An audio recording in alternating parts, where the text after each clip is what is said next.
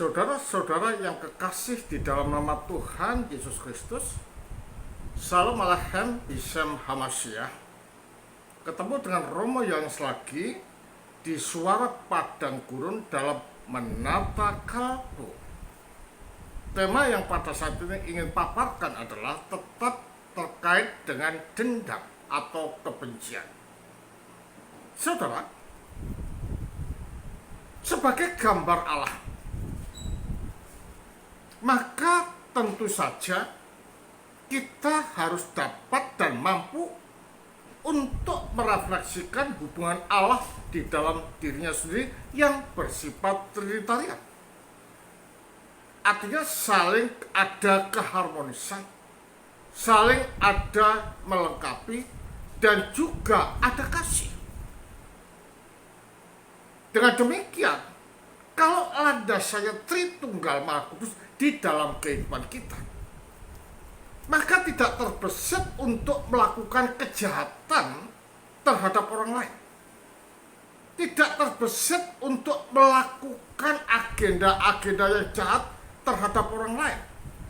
Kebencian, dendam, iri hati, dan agenda-agenda jahat lainnya yang bertentangan dari sifat dan karakteristik Allah yang adalah Tritunggal itu. Karena itulah tidak salah kalau di dalam kalbu kita itu terjejali dengan rasa dendam, rasa tidak senang, rasa benci, dan ingin membalas sesuatu yang jelek. Maka orang seperti ini tidaklah mungkin dapat berdamai dengan Allah. Karena itulah kita harus hati-hati di dalam mensikapi hidup yang serba sulit ini.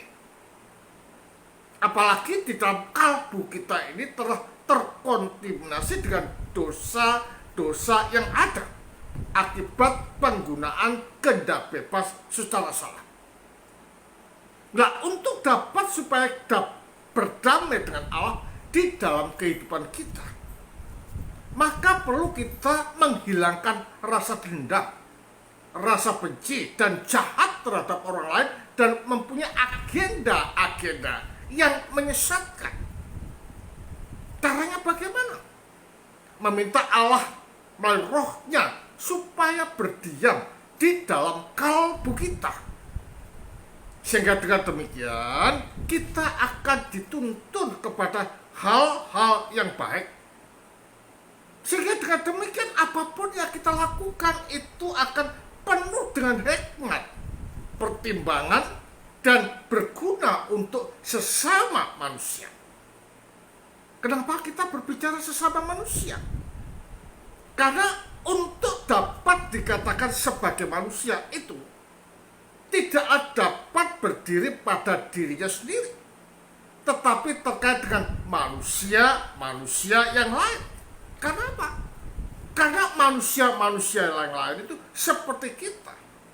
Dasarnya adalah kesatuan di dalam esensi kemanusiaan. Atas dasar inilah, maka tidaklah heran jika Dana Suci Maximus itu mengatakan demikian. Jiwa yang dijejali oleh kebencian terhadap sesama manusia tidak bisa berdamai dengan Allah. Jadi kalau gini, kita harus hati-hati. Jangan sampai jiwa kita terkotori. Jangan sampai jiwa kita tercemari dengan rasa benci, rasa dendam kepada sesama manusia. Apa? Karena akibatnya kita tidak bisa berdamai dengan Allah. Padahal Allah itu adalah sumber kebajikan, sumber hikmat, sumber terang dan hidup. Pisah dan lepasnya kita dari Allah, bukan hikmat yang kita dapat, bukan kebajikan yang kita dapat, bukan hidup yang kita dapat, tetapi kematian, kebobrokan, dan tidak ada hikmat di dalam kehidupan kita. Makanya keheningan daripada nos dan juga kalbu kalbu itu perlu. Kalau kita hening dalam nus dan kalbu kita, maka tidak terseret rasa baperan di dalam kehidupan kita. Apapun yang kita ungkapkan, apapun yang kita sampaikan, itu didasari rasa hening dan terselip apa yang dinamakan dengan hikmat yang dapat memberikan orang inspirasi untuk menghentikan sesuatu yang bersifat bertentangan dari karakteristik Allah yang Tritunggal itu. Maka dikatakan, yang telah berkata, jika kamu mengampuni dosa-dosa sesamamu, Bapamu pun tidak akan mengampuni dosa-dosamu. Maaf, jika kamu tidak mengampuni dosa-dosa sesamamu, Bapamu pun tidak akan mengampuni dosa-dosamu. Dan itu dikatakan di dalam Matius 6 ayat 15. Jadi kalau demikian dampaknya luar biasa jikalau kita tidak mau mengampuni dosa-dosa manusia. Karena apa? Bapa yang di surga juga tidak dapat mengampuni dosa-dosa kita. Ini adalah merupakan suatu ungkapan dan peringatan yang betul-betul mengerikan di dalam kehidupan kita. Karena itulah hentikan rasa dendam, hentikan rasa balas dendam, hentikan rasa jahat terhadap sesama. Tetapi hendaknya kita mengisi kalbu kita dengan penuh keheningan, kasih, ketaatan kepada Allah, sehingga hidup kita ini akan dicerahi, akan dituntun dan dibawa pada lautan kasih ilahi. Adanya kasih di dalam kehidupan kita ini, maka kita akan selalu menutupi kesalahan orang lain, selalu mengampuni, dan selalu rendah hati di dalam kehidupan kita. Karena itulah saudara, hentikan caci maki, hentikan rasa dendam, hentikan menyalahkan orang lain, tetapi koreksi di dalam diri kita sendiri. Apakah aku sudah benar? Apakah aku sudah lurus? Apakah aku sudah berkenan di hadapan Allah? Dengan mengkoreksi yang ada di dalam kalbu ini, maka kita akan hati-hati di dalam bertindak, di dalam berbicara, di dalam berpikir, di dalam berkehendak. Dengan demikian Allah akan berkenan di hadapan kita. Untuk apa? Mengangkat derajat dan martabat kita sebagai anak-anak Allah yang sayati, yang sebenarnya itu.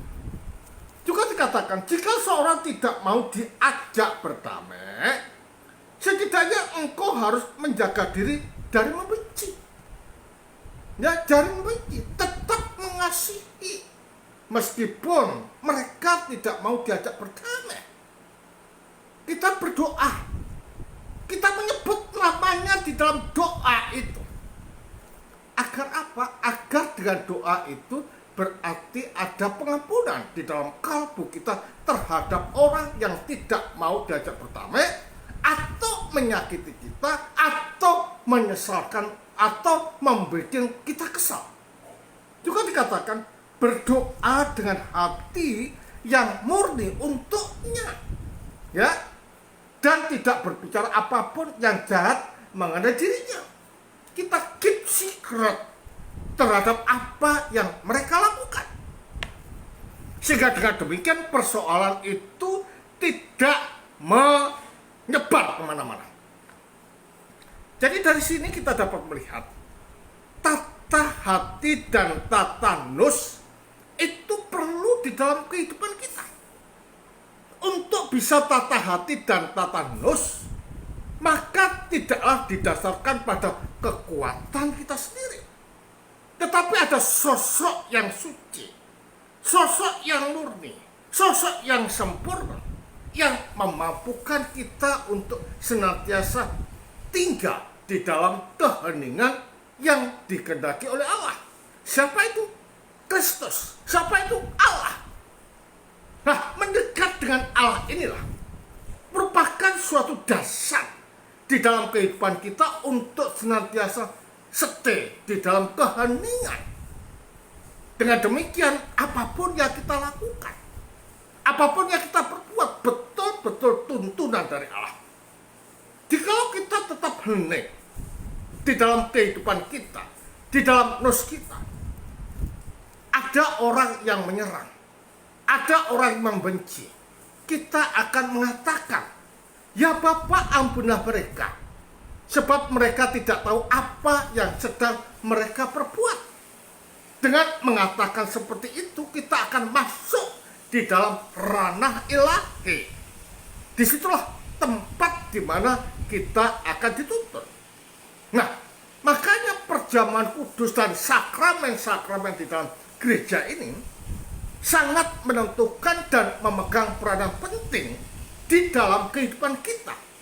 Untuk apa? Untuk dapat selalu kuat, untuk dapat selalu murni, dan berjuang untuk kebenaran Allah yang diberikan kepada kita.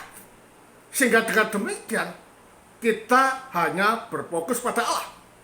Nah, inilah yang dikatakan oleh Matius untuk senantiasa mencari harta di surga atau mengumpulkan harta di surga. Karena apa? Mengumpulkan harta di surga ini menjadikan fokus kita bukan pada jagat dan pride of himself, tetapi kita senantiasa memfokuskan hidup kita kepada Allah. Dan Allah akan menuntun, akan membimbing, sehingga rasa dendam, rasa benci kepada sesama itu tidak ada. Karena itulah saudara, jadikan kita masuk di dalam kehidupan Allah, supaya kehidupan kita selalu dituntun, diberkati, dan dicerai, serta diterangi oleh Allah. Sehingga apapun yang kita kerjakan, betul-betul karena Allah yang mendorong kita melalui rohnya untuk melakukan hal-hal yang baik, serta mewujud nyatakan, menerjemahkan sifat Allah di dalam kehidupan kita keseharian. Demikian paparan yang dapat Romo berikan. Kiranya ini dapat menjadikan landasan kita untuk senantiasa mengasihi pada orang lain, dimanapun kita berada. Kapanpun, kasih harus kita kedepankan terhadap orang lain. Karena dengan kasih itulah kita selalu berpikir positif for everything that we facing everything. Terima kasih. Kiranya Tuhan memberkati kita semua. Amin.